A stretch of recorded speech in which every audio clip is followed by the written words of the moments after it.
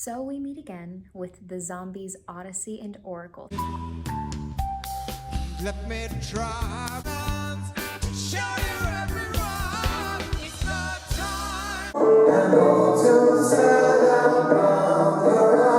Today we are closing out the chapter of this album and listening, reacting, and hopefully enjoying, loving side 2, starting with song number 7, Changes.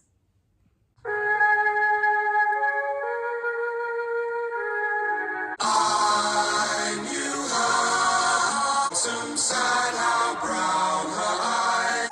Button down clothes, buttoned up high. I knew her, spring her voice, she spoke to me. Money will buy something to hold. I just need a second to wrap my mind around everything that just happened. So far, it feels like a magic trick. Like this song is magical in the sense where it has this sort of looming haunted nature. It's right on the brink of being scary. The diversion or the sleight of hand that's happening is that they're having us focus and concentrate on all the level changes in terms of the dynamics and stuff, and where the real magic happening in the background is the insane chord changes and the movement of the musicality. It's all over the place. I love how when we start off in a major section, the way that they slip in so easily into a minor through these little interludes, go through a 7th. I've detected a reemergence of a sus chord that's being used here and there. The vivid figurative language used in the lyrics definitely pairs with everything to form this perfect trifecta. They're just bombarding us with so much talent that we don't even know where to look. Feels like looking through a kaleidoscope, but listening to a kaleidoscope Through your ears. Wow. That was weird. That little interlude right there has become a sort of motif as it's reappeared a few times. It's so magical and it works as the perfect transitional device, just the perfect little bite, because it takes us from that major and it slowly slips us into a 7th and minor, and then it shoots us back to a major, and it kind of works as this reset button.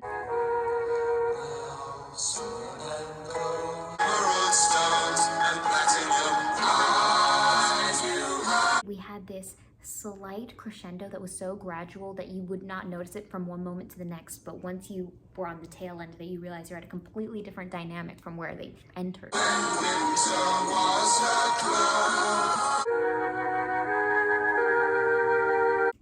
That was beautiful. That instrument right there has a sort of Renaissance feel to it, the texture and the way it's a little subdued, so it doesn't 100% mesh well with the rest of the song. Like it's like putting oil in water. You can clearly feel the separation, but I feel like that separation is what drives the song forward. I feel like that was a huge theme of this song, all the different instruments and sounds, the way that they kind of existed all in their own island and then put together made this crazy, beautiful moment. Magical. Up next, we have song number 8, or number 2 for us today. We have I Want Her, She Wants Me. I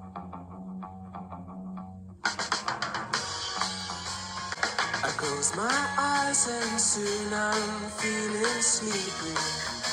Life seems kind of, I want her, she wants me. There's still much major detected here, but for some reason, the general ambiance that's set in this song feels like we've drifted a little bit further into the minor, even though minor was also present in Changes as well, but it just feels like this is existing a little bit more underworldly. And it might be due to that little intro where they introduced that little doo-doo-doo-doo-doo, and it was very menacing and captivating. It was very clever the way they hooked us in with that and then kind of warped it to fit the rest of the song. I look around me. You see that I want her, she wants me. Be careful if I love her. Ooh, she doesn't have to worry. Life seems kinda, I want her, she wants me. Once before, nothing on my mind. I can't help but feel that this song is like the perfect intersection between Mr. Blue Sky from ELO and everything off of Sgt. Pepper's and the Beach Boys and even Queen. The harmonies are executed flawlessly and so beautifully, and then they throw in a chord there that just throws a wrench into the plans of where your mind thought the music was going. In that one little phrase alone, we have a double fake out. I feel like they shift things twice. First of all, you know, we're starting on this major track, and then we get elevated to a seventh, and anytime one of those are thrown into the mix, it changes the mood, but I guess it also prepares us to be ready for something else, and then they pull the rug from under us again. They allow us to feel like we're in on the plot twist for a second, and then bam, they change it back and throw us for a loop, and it adds to this excitement that is so good, and it's been prevalent in both of these songs so far. At number 3 today, we have This Will Be Our Year.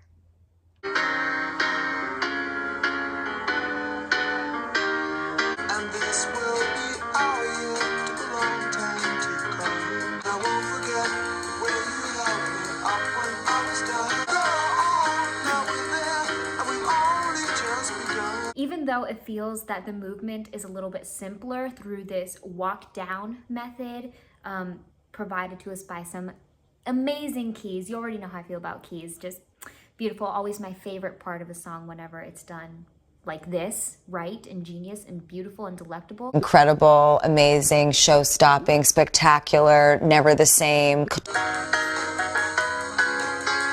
have to worry all your worry days. What really sends chills down my spine is when we go from the major to the minor. First off, that drop off is executed so crisply in this song.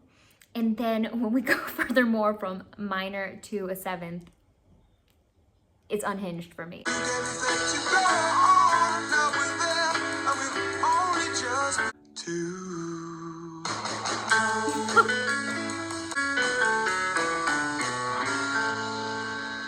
I love this one. The somber tone that's painted over top the entire song even covered the major moments. So even when we were having major chords, it felt very subdued and heartbreaking.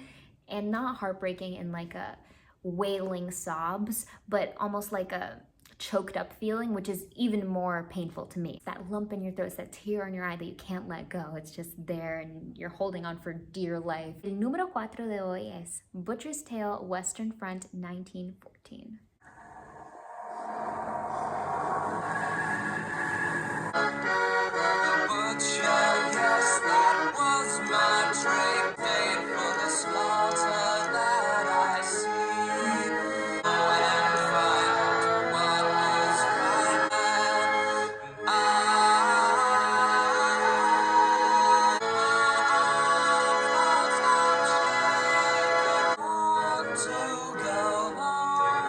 That I was picking up on some distortion, but I believe that is just due to the sustained pitches once we've already moved on, and the fact that it's being brought to us by none other than some organ, some keys that are very haunting and a little chilling, especially that intro. That intro was very chilling. The way that all these notes are kind of rubbing up on each other, it feels a little unconventional, but I think it's just due to a lot of heaviness and minors. But then when we have this little major interludes, the end of phrases, it feels very satisfying because it's breaking out of that sort of dreary monotony. The first time we're introduced this sort of perfect 3-chord ascending pattern as a form of resolution that feels so good is at the beginning. It's the ending phrase. That's why it feels so satisfying at the very beginning there.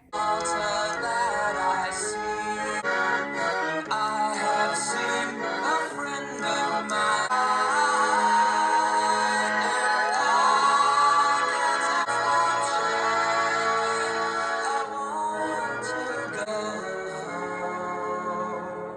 I feel like this song relies heavily on the patterns that it falls into of repetition. It happens frequently. So whenever we kind of break out of that trance that is being set by just drilling into our head the same monotonous tone over and over, it feels very satisfying and rewarding. So those were my favorite parts whenever we broke free. Even though it felt like this song was juggling a lot less than the last 3 songs, I feel like it still fit on brand and in theme with what this whole album has set out to do. It feels like it's still part of that same circus, that same fair carnival that's a little bit sad and scary, but also amusing and beautiful. This perfect amalgamation of drab, pastel, and bold.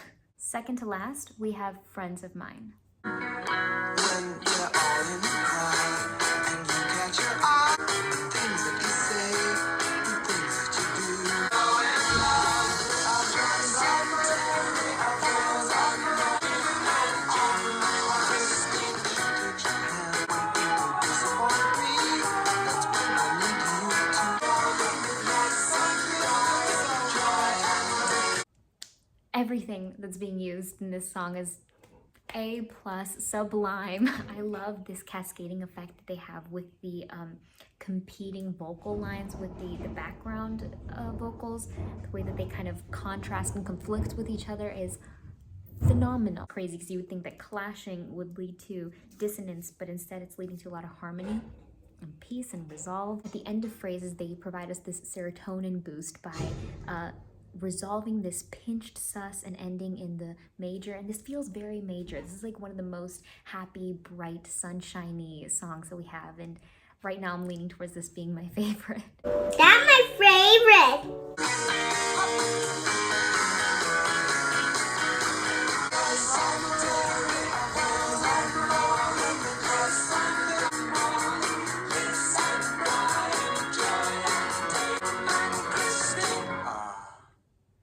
It was just so joyous and celebratory, yet also very easy. It wasn't loud or obnoxious. They are such excellent tone setters, because in the songs that have this general darker minor feeling, even with the incorporation of major chords, they feel tinted. And they did that exact opposite, or I guess the exact same thing here, where it was so major that even the moments of minor chords just felt like a little spice. It didn't feel like it soured the mood, like, oh, we're going into a minor moment. It just felt like, oh, that's just a little hooking, gripping moment to launch us into the next chord or phrase. What is going on with you? What are you talking about?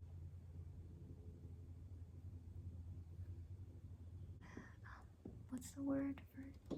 Closing out the entire album, we have Time of the Season. It's a time of the season. Hello? You? No. I know this song, and I never realized this before until right now, just 14 seconds in, but this song sort of reminds me of Stand By Me a little bit, just the intro and this like sort of sultry mood that's set right away. Love runs high, pleasure hands to take you in the sun to the season for love. You should daddy be rich, is he rich like me? What you need to live, tell it to me slowly.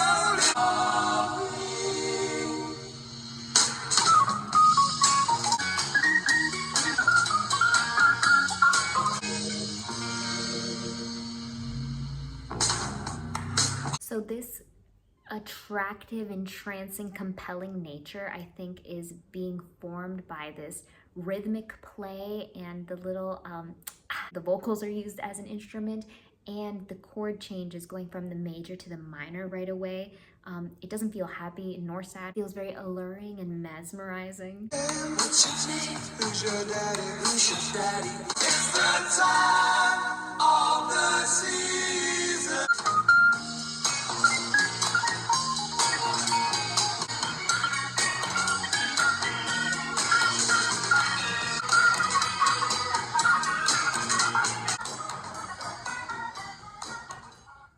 What a pleasant, absolutely shockingly unexpected, and outstanding way to end this album. I thought that that was insane. I know I've heard this song so many times, never really took the moment to appreciate it. So many things in life can go that way, where you don't take a moment to appreciate how good something is. You take it for granted. And I guess I've been taking this song for granted for so long, and that ends today. That ends right now. It ended the minute this song turned on. The melody is just so good, and the movement in the instrumentation, the chord changes, everything felt so purposeful and delicate at the same time, and the changing of the speeds too was very impactful whenever it felt a little bit punchy to then when it felt a little bit drawn out. Thank you so much to every single one of you who pushed me to do this album and recommended it.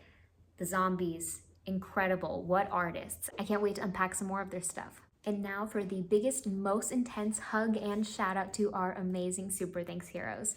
Thank you so very much to Richard Olson, Mr. B, Marissa Martinez, Ed Myers, Kevin Corkill, John Garcia, Swedish Jeff, and Daniel Lona.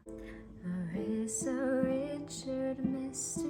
B, and Ed, Kevin, John, Daniel, and Jeff. You're the breeze in the sea that bring waves crashing against me. You bring peace. When there's only war, I see. Thank you. I am starving. You know what I'd really like? Tell me. A cheeseburger. So in the spirit of food, let me know what your favorite meal is, what your favorite thing to eat is, if you've just tried something new. Say yes, chef. Yes, chef. Say yes, chef. I'm so tough. Yes, chef, I'm so tough. Yes. Yes? Yes, chef. Yes, chef. Yes. Okay, chef. I love to hear it. My favorite thing is